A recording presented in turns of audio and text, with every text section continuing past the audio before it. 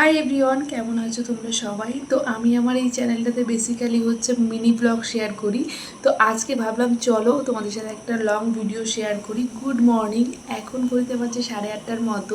তো আমি অনেকক্ষণ আগে উঠেছি, উঠে নিয়ে স্নান টান করে ফ্রেশ হয়ে নিয়েছি।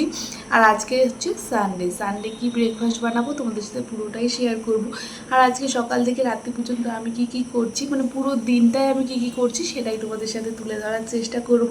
আর কালকে হচ্ছে 1 তারিখ, কালকে থেকে মাম্মা স্কুল খুলে যাচ্ছে। তো আরও নতুন নতুন ব্লগ দেওয়ার চেষ্টা করব। আগে আমি দেখবো আমার এই ব্লগটা তোমাদের কেমন লাগে।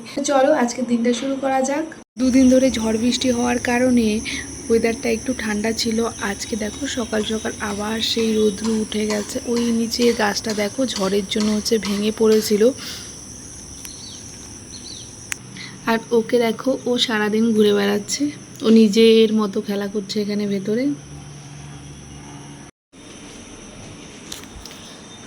তো এখন ঘুরেতে 8:30 মতো বাজে, আর বাইরে রোদ্দুর তাপ দেখবে একবার। এই দেখো কেমন রৌদ্র উঠে গেছে, আজকে ভীষণ গরম পড়বে। আর সকালবেলা আমি ব্রেকফাস্টের জন্য কি বানাচ্ছি চলো তোমাদের সাথে শেয়ার করি। তো এখানে দেখো আমি একটু আলু হচ্ছে চোখা মতো করে রেখেছি। এটা দিয়ে আমি আজকে আলুর পরোটা বানাবো। বেসিক্যালি আমি আলুর পরোটা বানালে ওই আলুটাকে, কাঁচা আলুটাকে মেখে নিয়ে করি। আজকে আলুটাকে একটু ফ্রাই করেছি, দেখবো কেমন হয় আর তোমাদেরকেও জানাবো কেমন হয়েছিল। আমার না আলু পরোটা বানাতে গেলে ফেটে ফেটে যায়, ওই কাঁচা আলুটা দিয়ে করতে গেলে, সেদ্ধ আলুটা কিন্তু। তো আমার এক দিদি বলেছিল যে এরকম ফ্রাই করে নিবি তাহলে হচ্ছে বেরোবে না। তো দেখবো আজকে বেরোয় কি না। তো চলো যখন বানাবো শেয়ার করবো। সকালবেলার সময়টা যেহেতু একটু তাড়াহুড়ো থাকে, সেই কারণে আমি তোমাদের পুরো ভিডিওটা শেয়ার করতে পারিনি। তো দেখো আমার আলু পরোটাগুলো একদম রেডি হয়ে গেছে। আজকে কিন্তু আলু পরোটাগুলো মামার পাপা ভেজেছে, আমি শুধু বেলে দিয়েছি। আর তোমাদের আমি বলেছিলাম না, আমার যেমন আলু পরোটা বানাতে গেলে ফেটে ফেটে যায়। আর আজকে যেহেতু আমি আলুটা একটু ফ্রাই করে নিয়েছিলাম, একটা আলুও বেরোয়নি রুটি থেকে, এত সুন্দর হয়েছে পরোটাগুলো, তোমরা দেখতেই পাচ্ছ।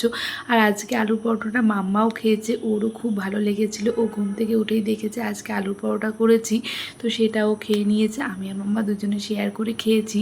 তো এখন দুপুরবেলা মামা স্নান টান হয়ে গেছে, ও এখন হচ্ছে দুপুরে লাঞ্চ করবে, স্নান করিয়ে দিয়েছি।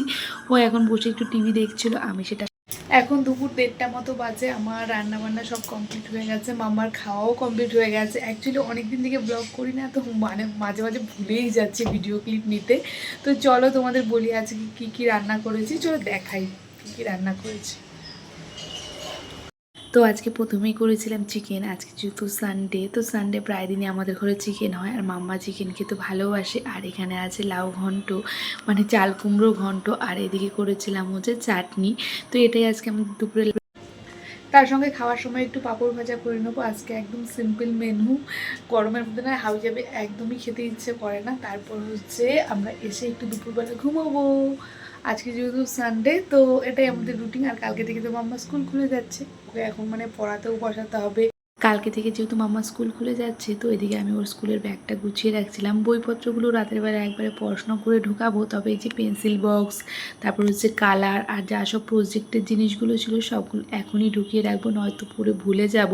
আর এইদিকে দেখো ছোট্ট কিউট এই ডায়েরি ইরেজারটা, এত সুন্দর লাগছিলো দেখতে। এটা মাম্মা স্কুলে কারো বার্থডে ছিল, সেই গিফট দিয়েছিল। আর দেখো এবার হচ্ছে মাম্মার প্রজেক্টে সানফ্লাওয়ারটা ছিল, আমি বানিয়ে দিয়েছি। কেমন হয়েছে অবশ্যই জানিও। একদম ছোট্ট মতো বানিয়েছিলাম, তো আমি ফার্স্ট টাইমই ট্রাই করেছি, তো আমার বেশ ভালো লেগেছে, মাম্মারও পছন্দ হয়েছে। আরও অনেক কিছু হচ্ছে ওদের হচ্ছে প্রজেক্ট ছিল, যেমন স্মুদি বানানো, তার সাথে আরও অনেক ধরনের কাজ। তো বই খাতা সব আমি ঢুকিয়ে দিয়েছি, শুধু বইগুলো রাত্রিবেলাতে ঢোকাবো। গুড ইভিনিং, এখন সন্ধ্যে 6:45 মতো বাজে। মামাকে সন্ধ্যেবেলা খাবার টাবার খাইয়ে দিয়েছি, আর এখন আমি মামাকে নিয়ে বসবো পড়াতে। আর তার সাথে ওকে পড়তে বসিয়ে দিয়ে আমি করব হচ্ছে কিছু আয়রন। এই দেখো এখানে কিছু জামা কাপড় সব কেচে রেখে দিয়েছি, এগুলো আয়রন করা হচ্ছে না, কালকে থেকে আবার অফিস শুরু হয়ে যাবে। তো সেগুলোকে আজকে সব হচ্ছে আয়রন করে ভাজিয়ে ভুজিয়ে রাখবো।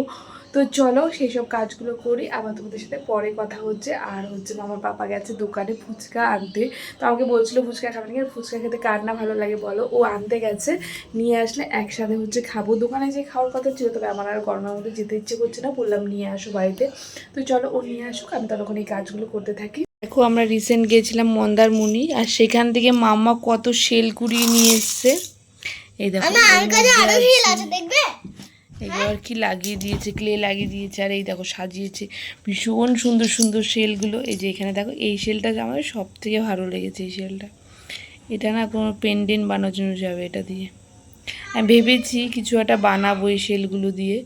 তো এগুলো একটু পাতলা, বাট এই ধরনের যে শেলগুলো আছে এগুলো একটু মোটা। দেখো এই দুটো সেম সেম আছে, ইয়াররিং ভালো হবে এই দুটো দিয়ে। ভেবেছি কিছু একটা বানাবো। এই দেখো কতগুলো জমিয়েছে মামা। তো সব কাজ কমপ্লিট করে আমি এদিকে চলে এসেছি মাম্মার কিছু জামা কাপড় নিয়ে। এই জামা কাপড়গুলো সব আমি বের করে রেখেছিলাম আগে থেকে। তো আমাদের এখানকার এক দিদি আছে, তো উনি হচ্ছে ছোটো জামা কাপড়গুলো নিয়ে যায়, মাম্মার সব জামা কাপড় জুতো সবই এসে নিয়ে যায়। তো দু একদিন আগে আমার সাথে দেখা হয়েছিল, তখন বলেছিল যে দিদি জামা কাপড় আছে। আমি বলছি হ্যাঁ আমি বের করে রাখবো সব, তুমি একবার ফাঁকা টাইমে এসে নিয়ে যেও। তো আজকে সব বের করেছি। কিছু শীতের জামা কাপড়ও এখানে রয়েছে, আর কিছু হচ্ছে মাম্মার এমনি গরমের জামা কাপড়ও রয়েছে, যেগুলো মাম্মার শরীরে হয় না এখন আর। তো এই যে সোয়েটারটা দেখো, এটা মাম্মা জেঠু দিয়েছিল একবার, খুব ভালো আছে। সবগুলো জামা কাপড়ই ভালো আছে, তবে ওই যে শরীরে একটু টাইট হয় সেই জন্যই দিয়ে দেওয়া। দেখো প্রত্যেকটা জামা কাপড় নতুন আছে। তো কলকাতায় যেহেতু সেরকম গরম ঠান্ডা পড়ে না, সেই কারণে শীতের জামা কাপড়গুলো না নতুন নতুনই থাকে, হয়তো কয়েকদিন করে পরে। আর এই যে টপটা দেখো, এটার সাথে একটা প্যান্টও ছিল। প্যান্টটা মাম্মা এখনও পরতে পারে, সেই কারণে টপটাই দিয়ে দিচ্ছি। এই একটা ডাংরি মাম্মার এক আন্টি পুজোর সময় ওকে গিফট করেছিল। কিছু কিছু জামা কাপড় মাম্মার বার্থডের সময় কেনা হয়েছিল, সেই সব জামা কাপড়ও আছে। এই পিঙ্ক কালারের ড্রেসটা দেখো একদমই নতুন আছে, এটা মাম্মা খুবই কম পরেছে। তো এটা হচ্ছে ওর শরীরে টাইট হচ্ছে। আর এই ফ্রকটা দেখো, এই ফ্রকটা একবার মাম্মার জন্মদিনের সময় কিনেছিলাম দুপুরবেলা পরানোর জন্য। এখনও হয়, তবে মাম্মা আর পরতে চায় না, আর অনেকটা শর্টও হয়ে গেছে, সেই কারণে ভাবলাম চলো দিয়েই দিই। দিয়ে দিলে অন্য কেউ পরতে পারবে জামা কাপড়গুলো। আমি কোনো জামা কাপড় ফেলে দিই না, এভাবেই দিয়ে দিই। তো কেমন লাগলো পুরো ভিডিওটা অবশ্যই জানি।